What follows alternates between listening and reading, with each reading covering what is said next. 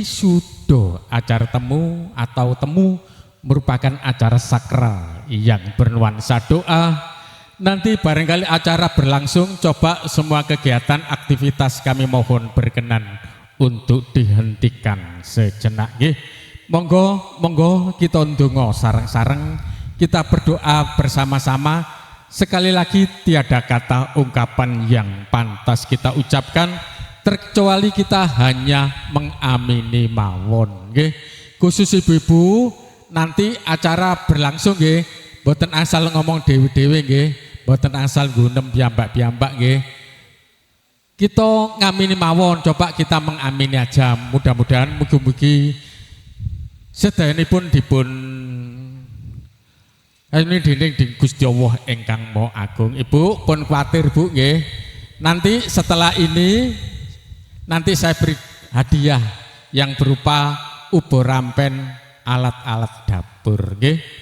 Mugi-mugi mengke dipun ijabah dening Gusti Allah Subhanahu wa taala. Sekali lagi, acara wisuda merupakan acara sakral yang bernuansa doa.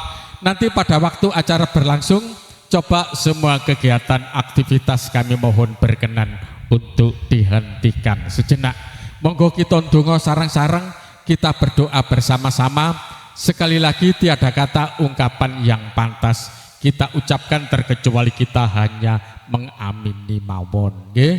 Ibu-ibu nanti upacara berlangsung mboten asal ngomong dewe-dewe nggih. Ngamini mawon Bu nggih. Mugi-mugi dipun ijabah dening Gusti Allah Subhanahu wa taala. Prawuh temanten kekalih miwah sagung para keluarga sampun rawuh. Salajengipun dumateng paraga-paraga ingkang kejibah ngayahi wajib, kawula aturi siyaga nindakaken wajib. Dumateng sagung para tamu, kawula aturi ju meneng sawetawis mahargya rawuhipun temanten kekalih. Hadirin kami mohon berkenan untuk berdiri sejenak. Sekali lagi menyambut kedua mempelai, hadirin kami mohon berkenan untuk berdiri sejenak. Sugeng rawuhipun para bapak, para ibu, pahargyan menika ingkang badhe kawiwiti. Dumateng para kadang pranata pita sukra kalwatur ngungelaken gending kebo giro.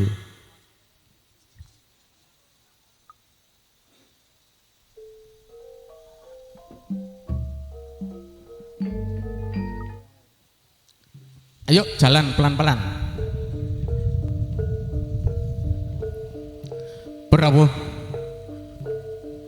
kumenyar mawa praba kentar gondo widda sumirat hamba bartejo moyo.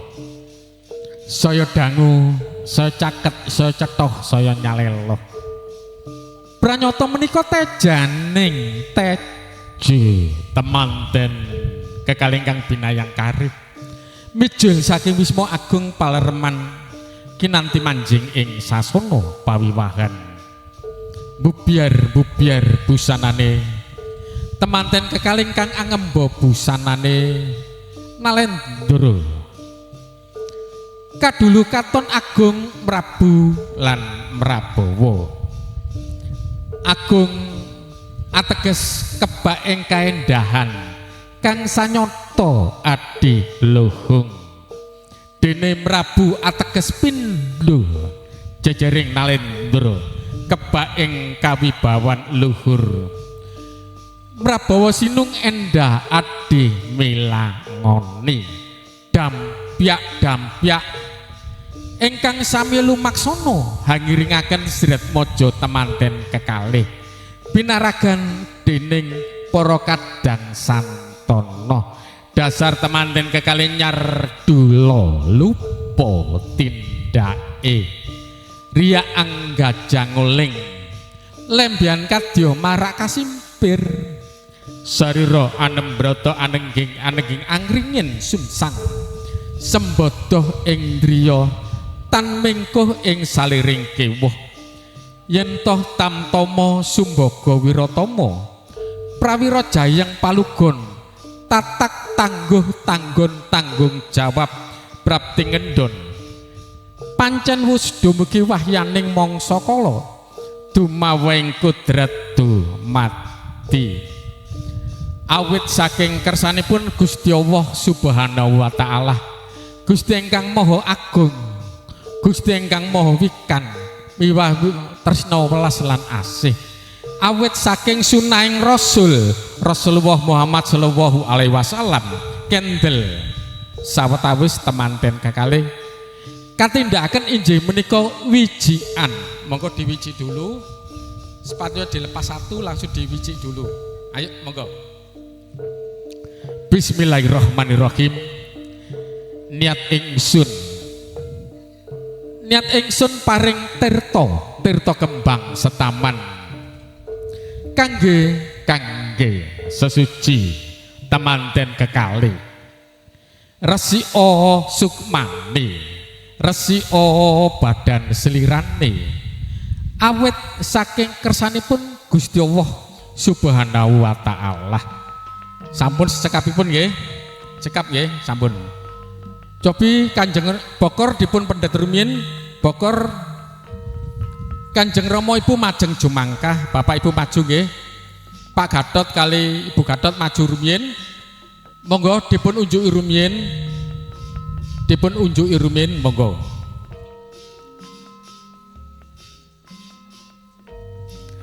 do lengger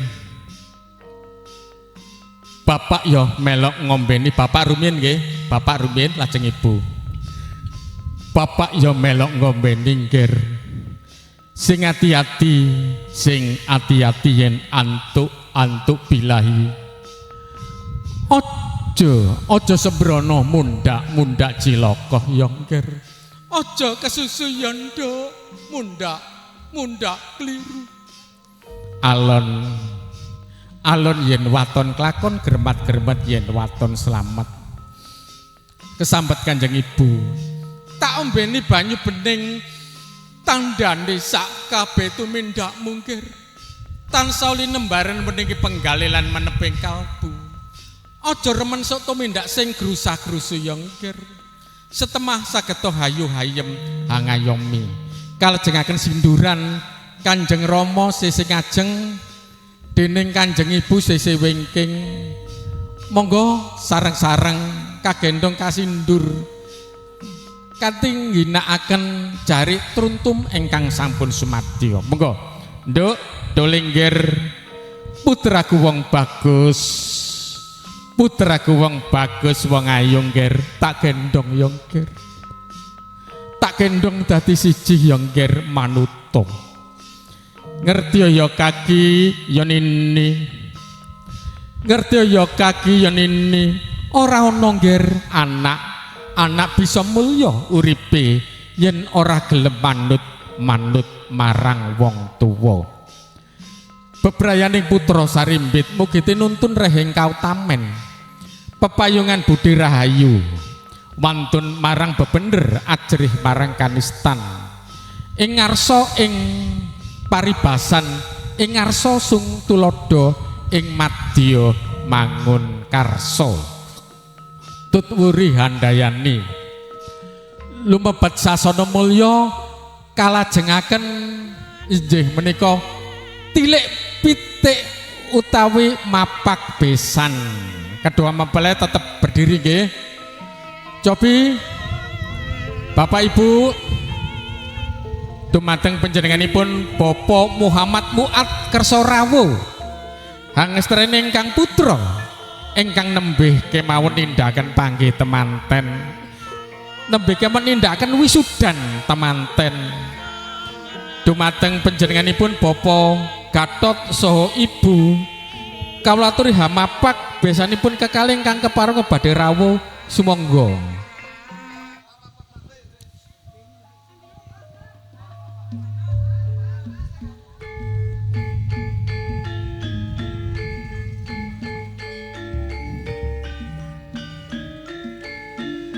Para rawuh kakung sumawana putra ingkang pantes Yunudarsana.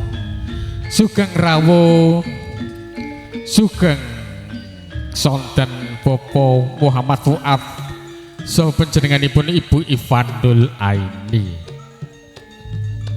Para rawuh monggo kersa majeng jumangkah. Besan minangka tetembung saking basa Islam inggih menika bi lan ihsan. Bi tegesipun kalian ihsan tiang sepaipun kekali sampun lega, sampun lilo, sampun hangestreni, sampun mangestoni temanten kekali nindakaken jejodohan. Bebasanipun sampun menunggal cipta rasa lan budi karsaning. Lolonan tindak ing lumaksana Kanjeng Rama Ibu, Kanjeng Ibu angagem kebaya sinulam benang kencana pating celor cahyaning sumunar katon tejane.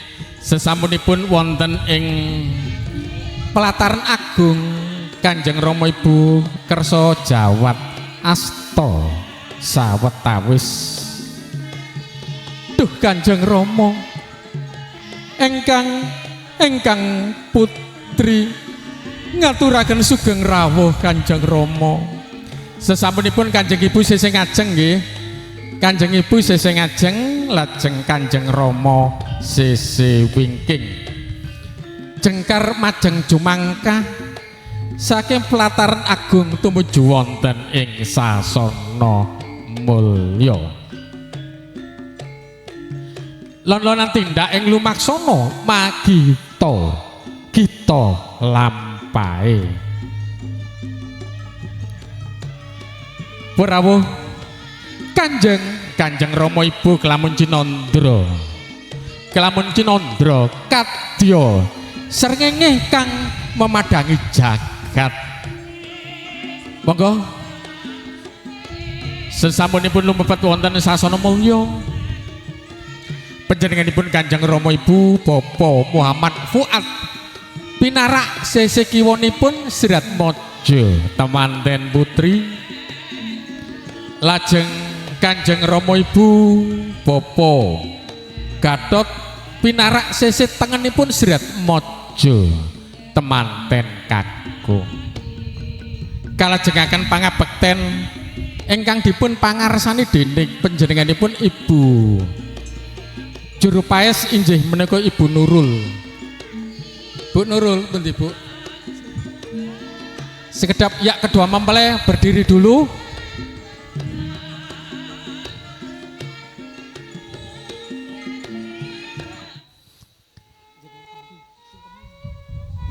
Coba kedua mempelai maju dulu, maju 3 langkah nggih. Ingkang sepisan Bapak Gadot saha Ibu pinarak wonten sasana mulya rumiyin.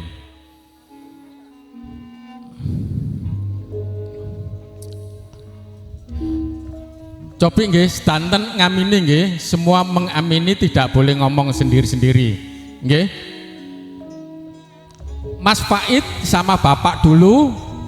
Mbak Hana wonten ngersanipun Kanjeng Ibu Mara Sepah. Coba ditahan 30 detik nggih. Ditahan 30 detik semua mengamini. Duh Kanjeng Rama Bapak sepinten raosing dosa ingkang kula sandhang. Kula anak lanang tasih dereng saged wales.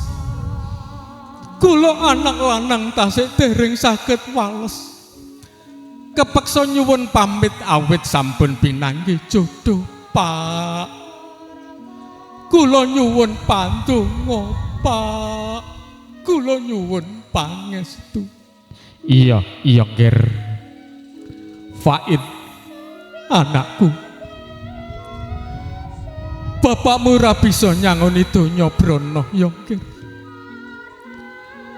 Bapakmu ora bisa nyangoni donya brana, amung pandungane Bapak.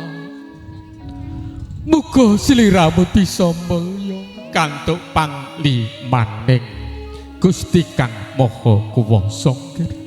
Faiz, anakku sing sabar wong bagus, sing sabar yongker, sing sabar.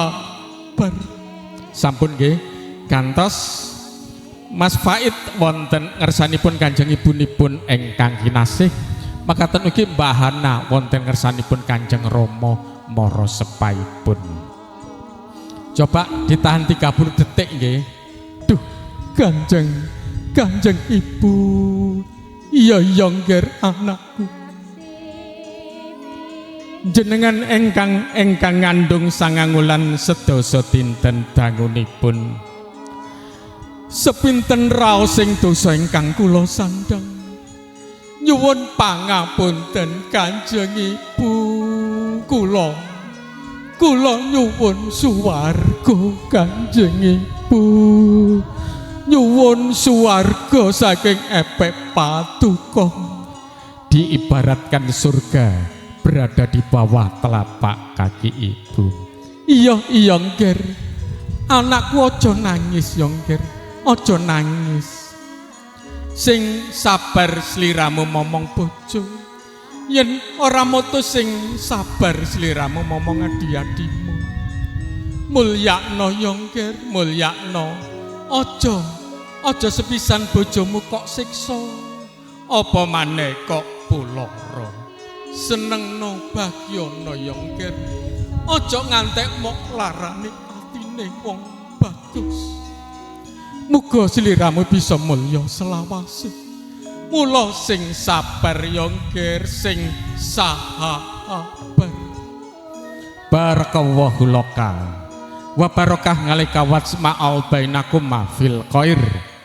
Barakallahu laka wa barakah ngalika wasma'al bainakum fil khair. Amin amin nggih. Coba temanten kekali mundur jumangkah. Kedua mempelai mundur dulu nggih. Kanjeng Rama Ibu Bapak Katot pinarak rumiyin ten ngene sampingipun. Mekaten ugi panjenenganipun Bapak Muat saha Ibu kalwaturi jengkar majeng jumangka tumuju wonten ing sasana mulya. Monggo Mbak Hana sama Bapak dulu nggih. Monggo ya. Tahan 30 detik nggih. Duh Kanjeng Rama Bapak, kula hamung anak wadon. Sepinten raos sing dosa ingkang kula sandhang. Nyuwun pangapunten Kanjeng Rama. Iya Ngger.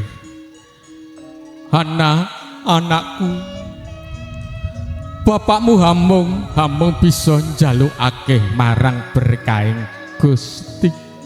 Muga mulya uripmu wong ayu, ora ana nduk, ora ana Ngger. Menungso kang bisa njabel kamardikan muyon nduk. Dadi wong kang becik, wanita kang solikah, bisa mikul dhuwur mendem jero derajate wong tuwa wong ayu. Mula sing sabar ya nduk, sing sabar wong ayu, sing sabar ya Ngger, sing sabar. Sampun gantos nggih Mbah Hana wonten ngersanipun Kanjeng Ibu mara sepaipun. Mekaten ugi Mas Faid wonten ngersanipun Kanjeng Rama mara sepaipun.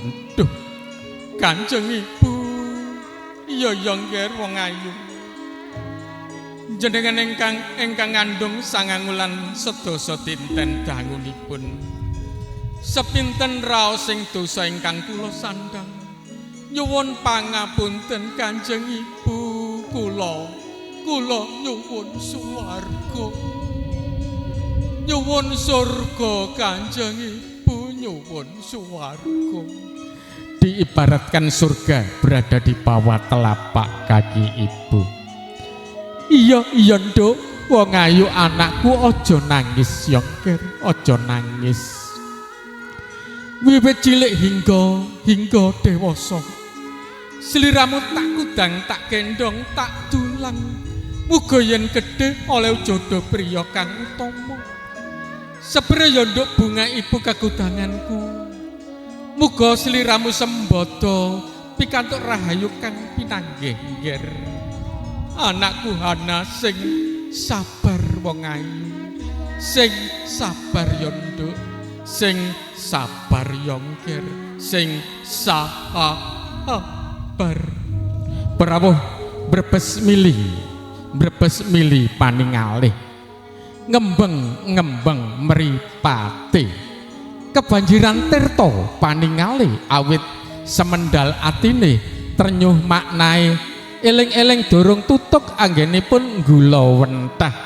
Datan rinoso datan karoso sampun nyuwun pamit awit sampun pinanggih jodone. Sampun nggih, sampun cekap. Coba Mas Faid, Mbak Hana, sepatunya dipakai lagi nggih.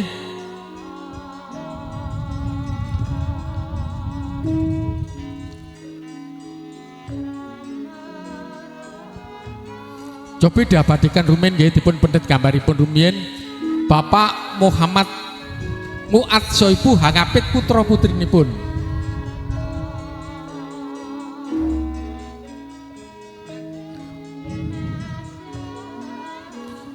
Untuk Mas Putut pundi? Ayo yang mikul, juru pikul. Mas Putut mana? Mriki Mas.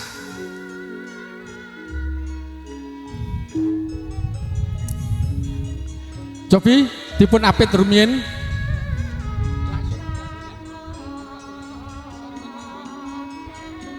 Mawon. Monggo Bu Barmin. Kedua mempale bisa pinarak dulu nggih. Adicara salajengipun inggih menika Mbubak Kawah nggih. Cobi Mas Putut nggih, pikulane dipendet nggih. Dipun asta ten ngene sasana mulya rumiyin nggih. Ibu-ibu enggak boleh ngambil dulu nggih didongane rumiyin. Pak mengki joget nggih kali kula nggih. Monggo mengki joget kali kula. Beto mriko rumiyin. Tidak boleh diambil dulu, nanti saya minta lagi kalau diambil. Didongani rumiyin. Munggah terus. Munggah terus. Sekedap kula jelasaken sekedap nggih. Mbubak kawah, mbubak niku tegese mbikak nggih. Kawan niku toya kawah ingkang medal saking guwa garbanipun Kanjeng Ibu. Mbubak kawah niku tegesipun ibu-ibu ingkang bobot 9 wulan sedasa dinten. Niku naminipun Mbubak Kawah nggih. Jam rikala semanten antawis panjenenganipun Bapak Gatot saha Ibu Fitria nandhang katresnan antawisipun cipta rasa lan budi karsaning sampun nyawiji lajeng pikantuk kanugrahanipun Gusti Allah ingkang arupi hangarbini utawi bobot utawi meteng dangunipun 9 wulan sedasa dinten nggih. Umur 1 wulan naminipun Alam Eko Kamandanu, 2 wulan naminipun Alam Dwi Panunggal, 3 wulan naminipun Alam Tri Lokomoyo, 51 wulan naminipun Alam Catur Hanggojati, 3 wulan naminipun Alam Sapto Hanggojati, 6 wulan naminipun Sapto Jati, 7 wulan naminipun Sapto Kawasejati. Umur 7 wulan menika kedah dipun saranane upacara tingkep mlebat 8 wulan naminipun Hasto Hanggojati, 9 wulan sedasa dinten Alam Mbubak Kawah, pecahing kawah medalipun sang jabang bayi. Lajeng mbok menawi miturut Surakarta Hadinirat mliginipun Mangkunegaran wonten tambahan inggih menika rampokan utawi begalan. Menika tegesipun sanes penjarahan nggih. Tegesipun ingkang mengku gati Bapak Gatot ngaturi sedaya dumateng panjenengan sekalian lumantar begalan mawantu-wantu saged ngregengaken suasana nggih. Coba ambil satu yang paling mahal dulu. Monggo Bu Nurul majeng rumiyin nyuwun napa Ibu? Kangge kenang-kenangan Ibu rumiyin. Ibu-ibu nggih, yang boleh ikut cuma ibu-ibu mawon. Anak-anak tidak boleh ikut nggih. Bapak-bapak mboten pikantuk nderek. Ibu-ibu ingkang gendong putra mboten pikantuk nderek. Ibu-ibu ingkang bobot mboten angsal tumut, mengke malah cilaka. Ibu-ibu mawon nggih. Bu, mengke cekap mendes tunggal nggih. Setunggal mawon. Nek nyuwune kalih, nyuwune pun kalih, mengke mundak diwayo kali bapak. Sekedap nggih, jogetan rumiyin. Ayo, ibu mundur dulu. Jangan ambil situ Bu, nanti rusak ibu. Wadahnya nanti rusak. Ambilnya sini loh.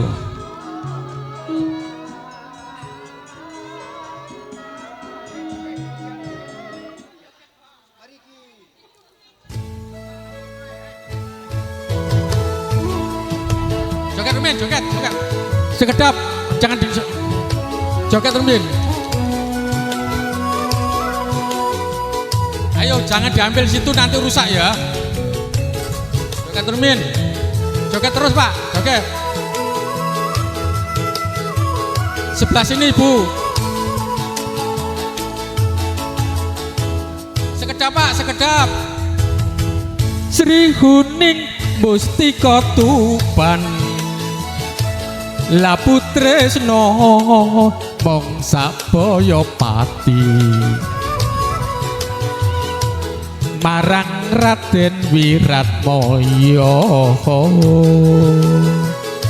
kan prasaja Anandu Branti Sri Huning datang rahita kang cineta kadange pribadi Wiratmaya putranira raga lawe Adipati Tuban Sri Huning putraning ati mangsa pati nalikaning wuni kapupu ing Madyalaga perang tanding marang Minajingga katresnane Wiratmaya tinampi ning Rara Sri Huning dadakan wekasanira prating lena alabu negara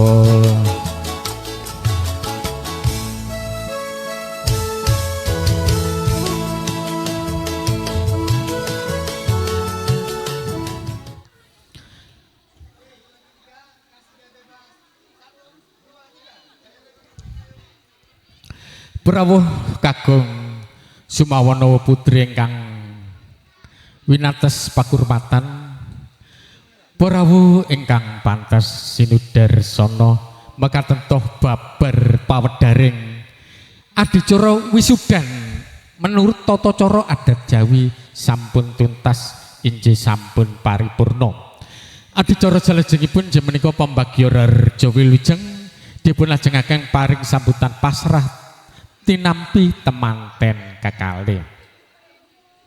Bismillahirrahmanirrahim. Assalamualaikum warahmatullahi wabarakatuh. Assalamualaikum warahmatullahi wabarakatuh. Assalamualaikum warahmatullahi wabarakatuh. Alhamdulillahirabbil alamin. Wassalatu wassalamu ala anbiya'i wa mursalin wa ala alihi wa sahbihi ajmain. Qala rabbi shrah li sadri wa yassir li amrin wahlul 'uqdatam min lisani yafqahu qawli amma ba'du. Nuwun ingkang dahat kinurmatan panjenenganipun pepunden kula Bapa Gatot saha Ibu ingkang dahat kinurmatan panjenenganipun Bapak Muhammad Muat saha Ibu para rawuh kagung Sumawana putri ingkang pantes sinudarsana dumateng para alim ulama ingkang rinten dalu tansah semanding kitab suci wahyuning ilahi minangka panuntun keblat ing penemba ingkang satuhuluhuring budi. Saderengipun titilaksana adicara pasrah tinampi kawiwitan dumateng panjenengan sekalian sumangga kawula nderekaken ngaturaken puja puji syukur wonten ngersanipun Gusti Allah ingkang Maha Agung ingkang sampun kepareng hamba bardaya pangaribawa setemah ing kelenggen menika kita sekalian wonten ing alaming bagas kuwarasan dadan gerang setunggal menapa sehingga kita saged hangrawuhi saha paring berkah pangestu dumateng panjenenganipun Bapak Muat saha Ibu anggenipun sampun kepareng nindakaken kewajibanipun sepuh nikahaken putra putrinipun ingkang asesilih anak ajeng kusumaning ayu Roro Raihana Syah Banu Ifa ingkang sampun pikantuk palakrama kalian Jejaka Tumaruna inggih menika putra kakungipun Bapak Gatot ingkang kekasih kusumaning bagus anak Mas Muhammad Faid Mustafa. Menggah dicara ingkang badhe tumindak ing kelenggan menika kawiwitan saking pambuka ingkang angka kalih inggih menika paring sambutan pasrah tinampi temanten kekalih donga ramah tamah foto keluarga lajeng katutup lumebet ingkang sepisan pambuka sumangga adicara menika kita buka sareng-sareng kita wiwiti sareng-sareng kanthi maos Ummul Quran Al-Fatihah. A'udzubillahi minasyaitonirrajim. Bismillahirrahmanirrahim. Alhamdulillahirabbil alamin. Arrahmanirrahim. Maliki yaumiddin. Iyyaka na'budu wa iyyaka nasta'in. Ihdinas siratal mustaqim. Siratal ladzina an'amta 'alaihim ghairil maghdubi 'alaihim waladdallin. Amin nggih. Kaping kalinipun jeneng menika paring sambutan pasrah temanten kakung ingkang dipun pangarsani ingkang dipun pandegani dening panjenenganipun pepunden kula inggih menika Bapak Ustadz Natsir dumateng ingkang minulya panjenenganipun pepunden kula Bapak Ustadz Natsir kawula sumanggaken kepadanya beliau kami mohon berkenan.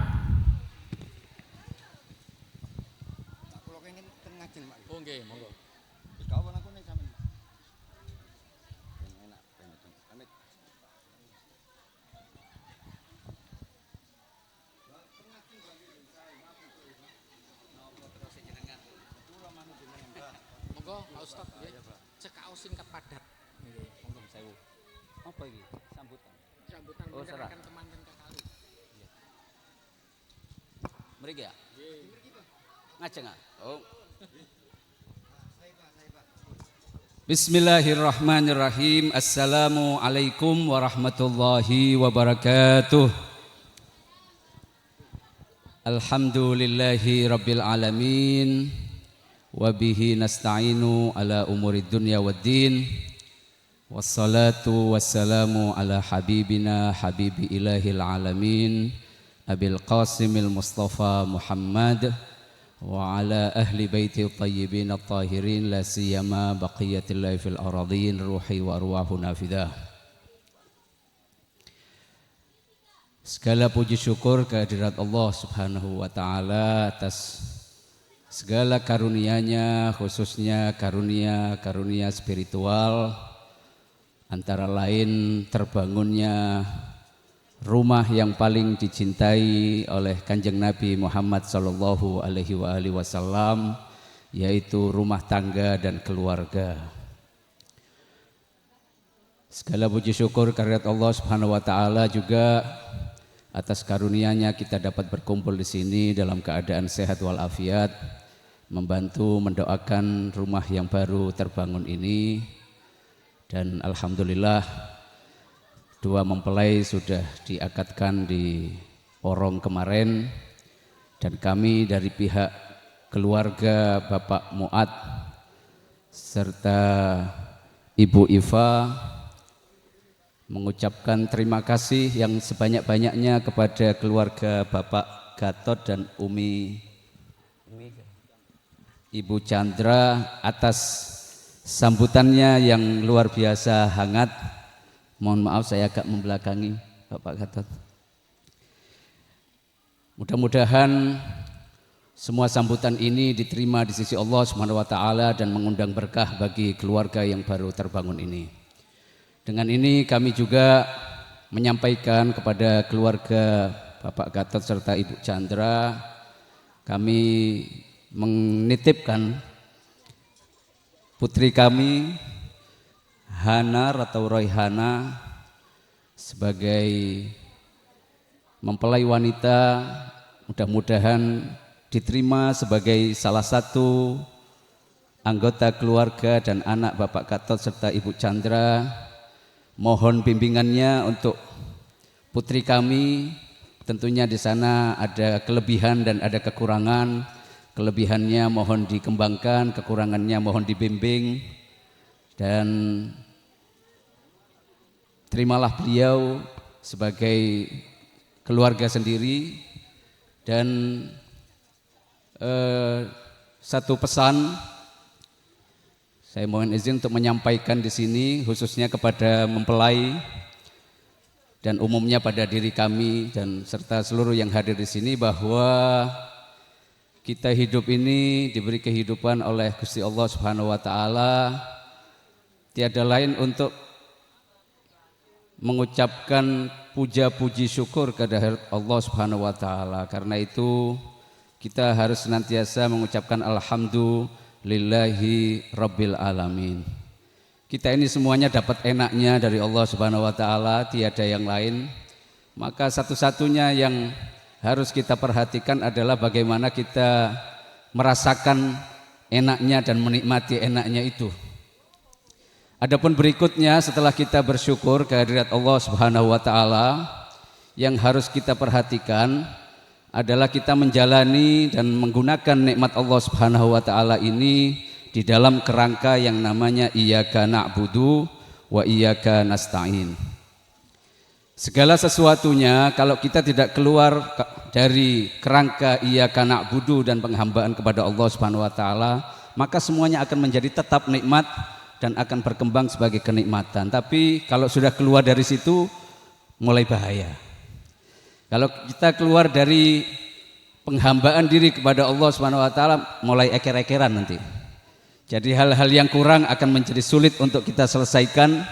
Hanya satu jalan keluarnya, kembali ke jalan Allah Subhanahu wa taala, yaitu iyyaka na'budu wa iyyaka nasta'in. Dan ihdinas siratal mustaqim, kita minta senantiasa berada di jalan Rasulullah sallallahu alaihi wasallam serta keluarga suci beliau di dalam penghambaan diri kepada Allah Subhanahu wa taala. Mudah-mudahan keluarga ini juga diberkati oleh Allah Subhanahu wa taala dengan anak keturunan yang thayyibah, sholihah, mukminah dan mubarakah serta mualiyah dengan wilayah Amirul Mukminin Ali bin Abi Thalib alaihi salatu wassalam serta keluarga suci beliau. Sekali lagi kami ucapkan terima kasih kepada keluarga besar Bapak Gatot serta Ibu Chandra, dan mohon maaf apabila ada kekurangan di sana sini dari bawaan keluarga kami, dan segala-galanya atas keterlambatan tadi juga mungkin sedikit mohon maaf yang sebesar-besarnya. Al-afu minkum. Wassalamualaikum warahmatullahi wabarakatuh.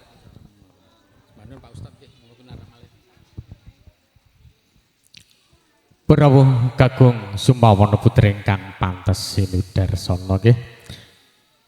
Sebelumnya dilanjut, mohon untuk petugas catering Pranoto Buko, kami mohon berkenan untuk menghangati sajian masakan yang telah dipersiapkan oleh Sohibul Hajat.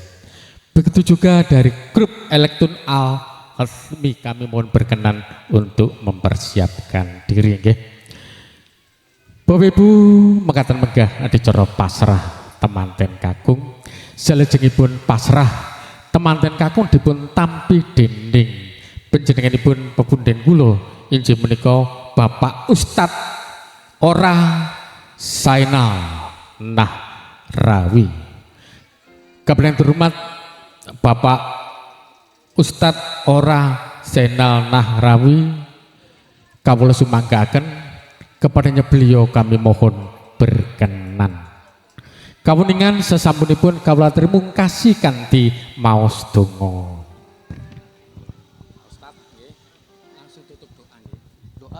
Tamin nanti.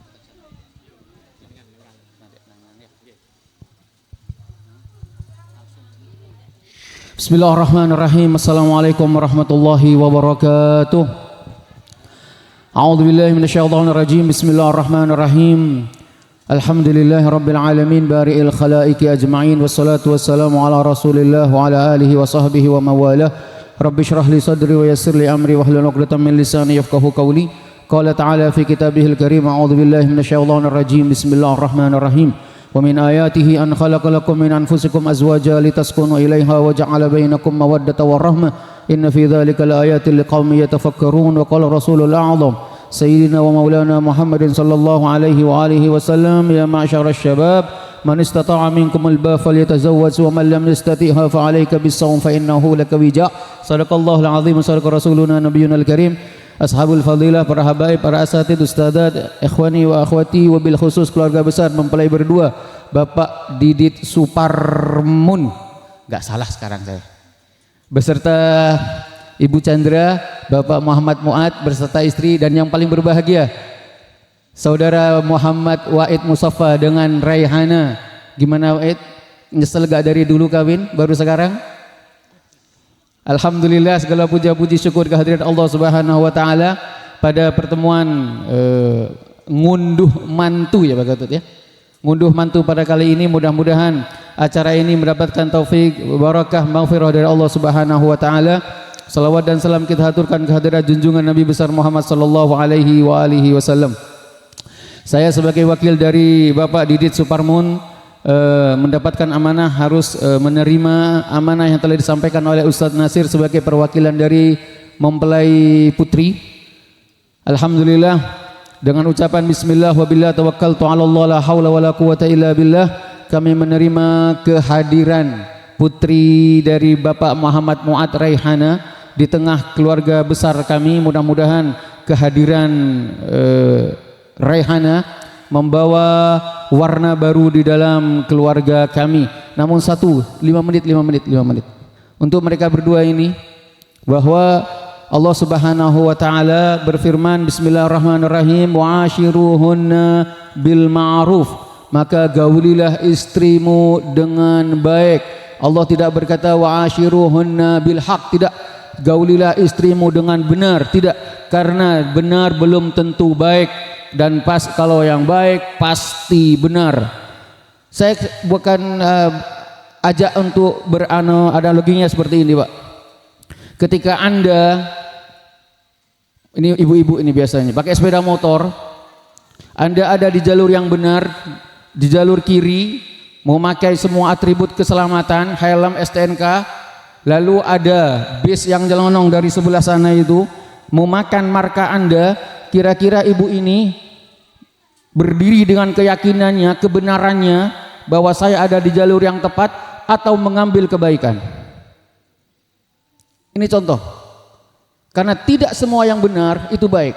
Haturan kalau memang mencari kebenaran, terus saja dengan marka tersebut, ini adalah marka Anda. Namun dengan meyakini kebenaran Anda akan menjadi apa? Korban, ditabrak oleh yang di atas, yang di depan itu. Namun kalau Anda mencari kebaikan, Anda ngalih, cadang metureng, ngalih sidik, minggir, itu demi kebaikan. Begitulah dalam rumah tangga. Oleh karena itu dalam Al-Quran, wa ashiruhunna bil ma'ruf, bukan bil haq.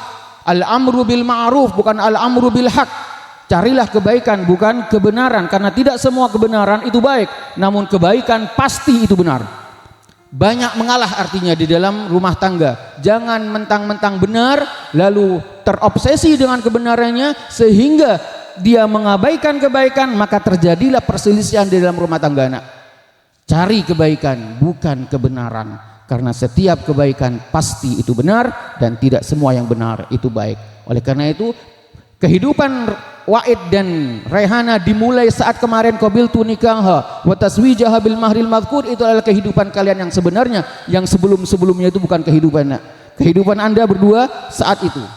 Maka laluilah kehidupan ini sampai kematian memisahkan kalian.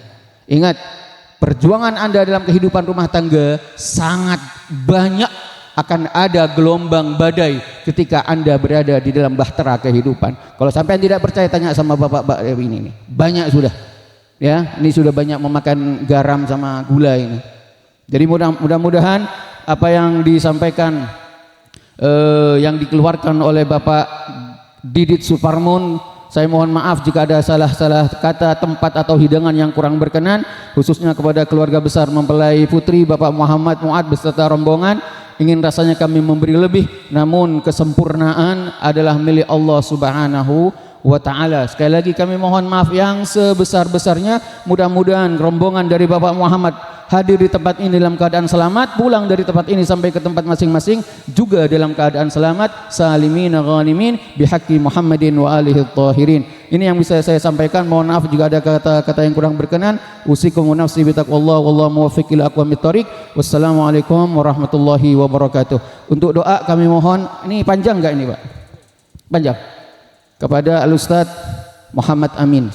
Sudah saya akan bawa sini. Panjang ya.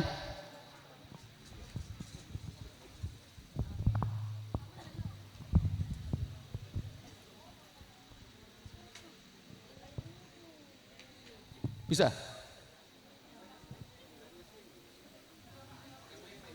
Ya Pak, gitu aja.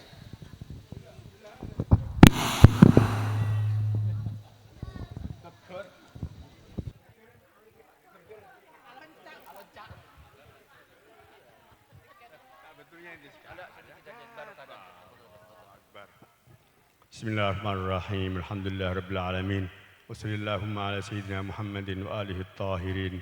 Barakallahu laka wa baraka alayka wa jama'a bainakuma fi khair. Nas'aluka Allahumma an tarzuqana jami'an ya Allah rizqan halalan wasi'ah sahlan muyassaran mubarakan fih min ghairi ta'abin wala nasabin innaka ala kulli syai'in qadir. Nas'aluka Allahumma ya Allah auladan salihin banatin salihat mu'minina mu'minat موالينا مواليات لآل محمد عليه وآله السلام. ربنا آتنا في الدنيا حسنة وفي الآخرة حسنة وقنا عذاب النار. نسألك اللهم حسن الخاتمة ونعوذ بك من سوء الخاتمة. وصلى الله على سيدنا محمد وآله وصحبه وسلم والحمد لله رب العالمين. الفاتحة.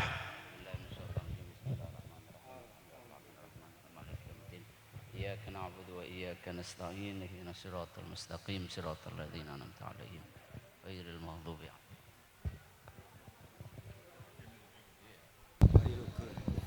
Prawuh kakung sumawana putri ingkang pantas sinudarsono satuhu tatas titis tuntas terang gamblang wijang wijiling pentinganipun pepunden kula ingkang sepisan injih menika Bapak Ustadz Nasir saha panjenenganipun Bapak Ustadz Ora Zainal Nahrawi anggenipun nindakaken atur pasrah tinampi sampun paripurna.